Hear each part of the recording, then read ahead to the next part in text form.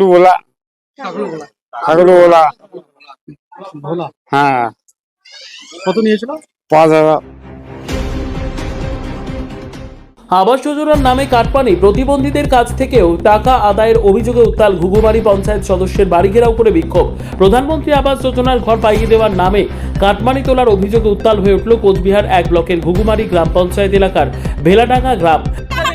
খুশি করে দিছি, টাকা ঢেলে দিছে, আমার টাকা ঢেলে দিছে, না আমরা নিব না, টাকা নিব না, আমাকে ওই টাকাই দিতে লাগবে, আমাকে ১০,০০০ টাকাই দিতে লাগবে। ক্ষুব্ধ গ্রামবাসীরা পঞ্চায়েত সদস্যের বাড়ির সামনে জড়ো হয়ে বিক্ষোভে ফেটে পড়েন। অভিযোগ, গরিব ও অসহায় মানুষের সরকারি প্রকল্পের টাকাকেও রেহাই দেওয়া হয়নি। স্থানীয়দের অভিযোগ, ১৬৯-১৭০ নম্বর বুথ এলাকার একাধিক বাসিন্দার কাছ থেকে আবাস যোজনার ঘর পাইয়ে দেওয়ার প্রতিশ্রুতি দিয়ে টাকা নেওয়া হয়েছে। এই অভিযোগের তীর ঘুঘুমারি গ্রাম পঞ্চায়েত সদস্য সাহিদা বিবি হাসানুর রহমান এবং অঞ্চল সহ সভাপতি জুলফিকার আলীর দিকে। সবচেয়ে বিস্ফোরক অভিযোগ উঠেছে অঞ্চল সহ সভাপতি জুলফিকার আলীর বিরুদ্ধে। এক শারীরিকভাবে প্রতিবন্ধী ব্যক্তিকে ঘিরে গ্রামবাসীদের দাবি, যার দুই হাত কার্যত অচল, যিনি ঠিকভাবে কথাও বলতে পারেন না, সেই অসহায় মানুষের কাছ থেকেও নাকি ঘরের জন্য ৫,০০০ টাকা নেওয়া হয়েছে। এই অভিযোগ প্রকাশ্যে আসতেই ক্ষোভে ফেটে পড়ে গোটা এলাকা। বিক্ষোভকারীদের বক্তব্য, গরিব মানুষের মাথার উপর একটা ছাদ পাওয়ার স্বপ্নকে পুঁজি করে টাকা তোলা হয়েছে। সাধারণ মানুষের কষ্টার্জিত অর্থ লুট করা হয়েছে। এখন সবাই তাদের টাকা ফেরত চাইছে। ঘটনার জেরে কার্যত চাপে পড়ে পঞ্চায়েত সদস্য সাহিদা বিবি দাবি করেন তিনি ব্যক্তিগতভাবে কোনো টাকা নেননি।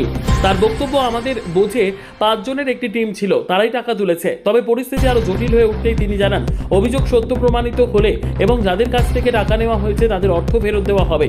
তবে গ্রামবাসীদের প্রশ্ন, যদি কোনো টাকা নেওয়াই না হয়ে থাকে তাহলে ফেরত দেওয়ার কথা কেন বলা হচ্ছে?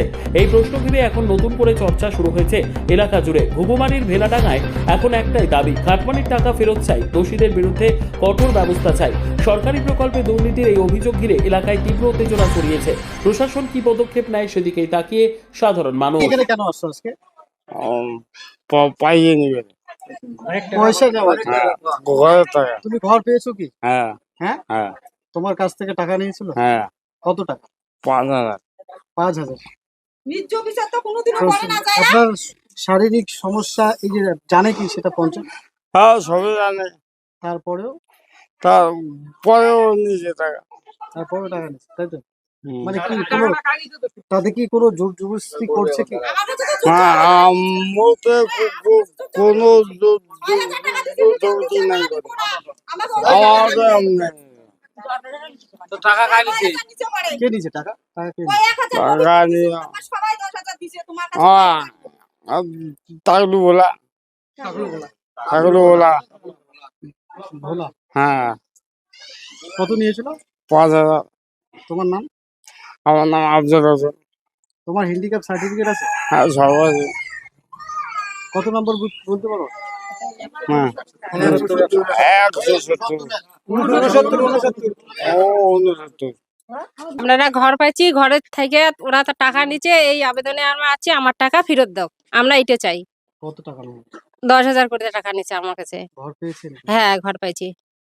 ইসে কতজনকার নিয়েছিল আপনাদের দিকে? আমাদের মধ্যে ৮৪টা ঘর পাইছি, তার মধ্যে প্রতিটা ঘরের থেকেই টাকা নিচ্ছে, সবারই টাকা নিচ্ছে। এখন কি চাচ্ছেন? আমরা এখন চাচ্ছি আমাদের যেটা টাকা নিচ্ছে ওটা ফেরত দাও। এই যে পঞ্চায়েতের বাড়ি আসছেন, পঞ্চায়েতের দেখা পেলেন? না, পাইনি। কি বললো? কোনো বাড়ি ওনার সঙ্গে কথা বললাম, হ্যাঁ ওনার সঙ্গে কথা বললাম, ফোন লাগাই দিল, উনি বললো ৫টার সময় বসবে আমাদের এখানে। বসে কি করবে? বসে দেখি কি করে, এখনো তো বসে নাই। আগে যাও, তারপর আলোচনা করি কি বলে। আচ্ছা, যদি টাকা না দেয় ফেরত কি করবেন আপনারা? তারপরে আমরা যা করার করবো, ব্যবস্থা নিব। আমার টাকা আমরা খুশি করে দিছি, টাকা ঢেলে দিছে, আমার টাকা ঢেলে দিছে, না আমরা নিব না, টাকা নিব না, আমাকে ওই টাকাই দিতে লাগবে, আমাকে ১০,০০০ টাকাই দিতে লাগবে। কেন বসবে? হ্যাঁ, সবাই দিছে, কোনো লোক বাকি নাই। যদি পঞ্চায়েত যদি না বলে, তার নেতা বলে কেমন করে যাবে? কেমন করে যাবে? হ্যাঁ, জোর জুলুম করে আমার কাছে নিছে। আমি বলছি তো দাদা, আমার সমস্যা খারাপ, আমার গাড়ি হারিয়ে গেছে, আমি পয়সা দিতে পারবো না। কই কি না, তোমার কাছে আমি ছাড়বো না, আমি নিব ১০,০০০, আমি ১০,০০০ই নেব। আমাকে এইভাবে বলছে রত্না রায়। আমার কাছে ৯,০০০ টাকা নিয়েছিল। হ্যাঁ, আমি ৬,০০০ টাকা দিছি, আমাকে রিটার্ন দিছে। আমার ঘরে পঞ্চায়েত বসেছিল, ঘরে বসে বলছে যে ৫,০০০ টাকা, ৬,০০০ টাকা আমি নেবো না। তারপরে আমি ওই টাকা ভর্তি করে আমি দিয়েছি। আমার হাজবেন্ড বলে না ওনার টাকা ওনাকে দিয়ে দাও, ওরা যখন ছাড়বে না ওনার পাশাপাশি আমি শুনবো না।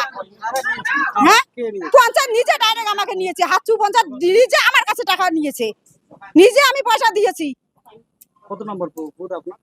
100 কত জানো, 170 নাম্বার বুথ আমার, 170 নাম্বার বুথ, রত্না রায় পঞ্চায়েত।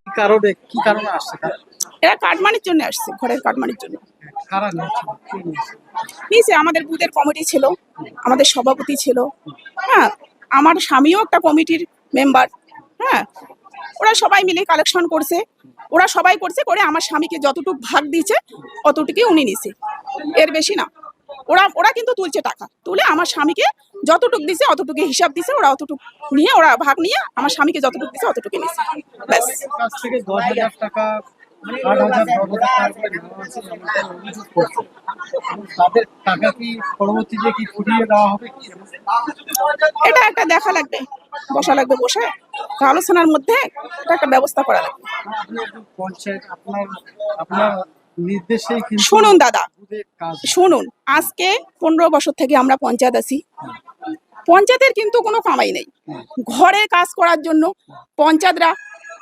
পঞ্চায়েত ছাড়া কিন্তু কেউ ঘর পাবে না, যেহেতু পঞ্চায়েত কাজ করে বিডিও অফিসে কাগজপত্র জমা করে, তার জন্য ওরা ঘর পাচ্ছে।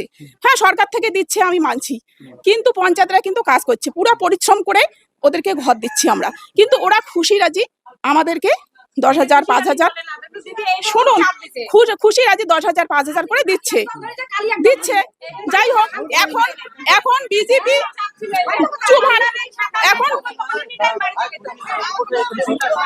এখন বিজেপি আসার পরে এখন ওরা টাকা কাটমানির টাকা ফেরত চাচ্ছে। তো এখন পঞ্চায়েতকে সময় দিতে লাগবে দাদা, হ্যাঁ, সময় দিতে লাগবে। ওরা বসবে, সিদ্ধান্ত করবে, আমাদের কমিটির লোকও টাকা নিছে, ওদের কাছে চাইতে লাগবে।